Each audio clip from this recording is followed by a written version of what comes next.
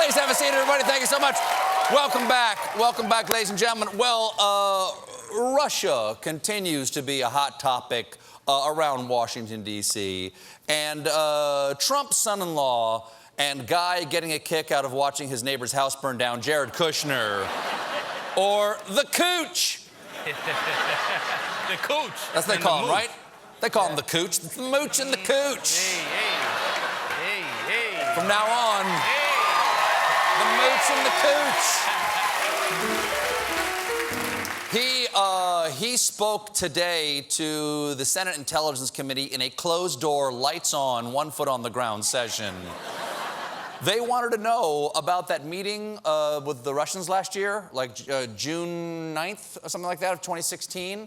And I realize that just saying Russian meeting does not narrow things down with the Trump administration. But it was the one with Donald Trump Jr. and Paul Manafort and what turned out to be all of the brothers Karamazov. We don't know what was said in this hearing where he was interviewed because it's none of our business. But the Cooch pre-released an 11-page pre-buttal. In it, he listed all of his responsibilities during the campaign, including working with the finance, scheduling, communication, speechwriting, polling, data and digital teams, as well as becoming a point of contact for foreign government officials. He was also in charge of buying copy paper, refilling the snack drawer, reminding Donald Trump what his wife's name is, and taking Eric to the vet when he started to molt. And now I think,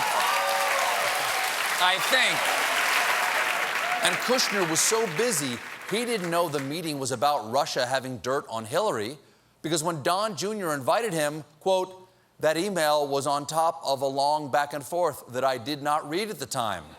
So he didn't know it was a confidential meeting about Russia helping against Clinton. What was the subject line again? Russia, Clinton, private, confidential. Ooh, I know.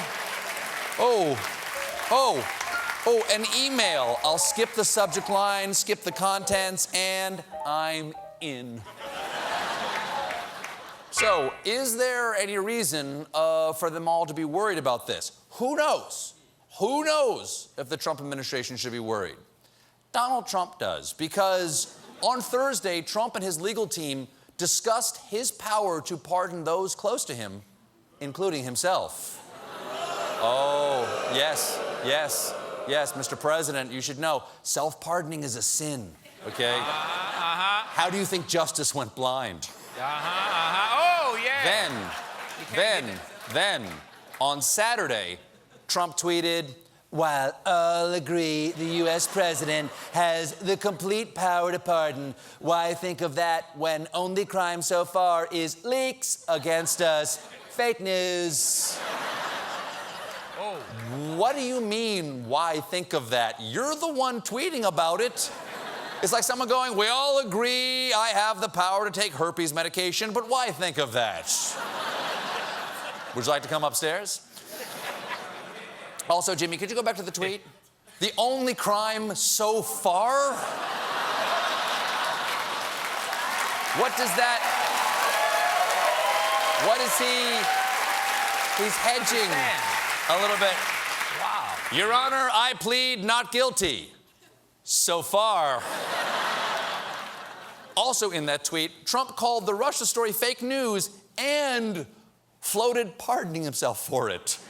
It reminds me of the passage in the New Testament when the Apostle Judas said, surely I will not betray you, my Lord, but if I did, you'd have to forgive me, right? That's like your whole deal. Also, are you a cop? You have to tell me if you're a cop.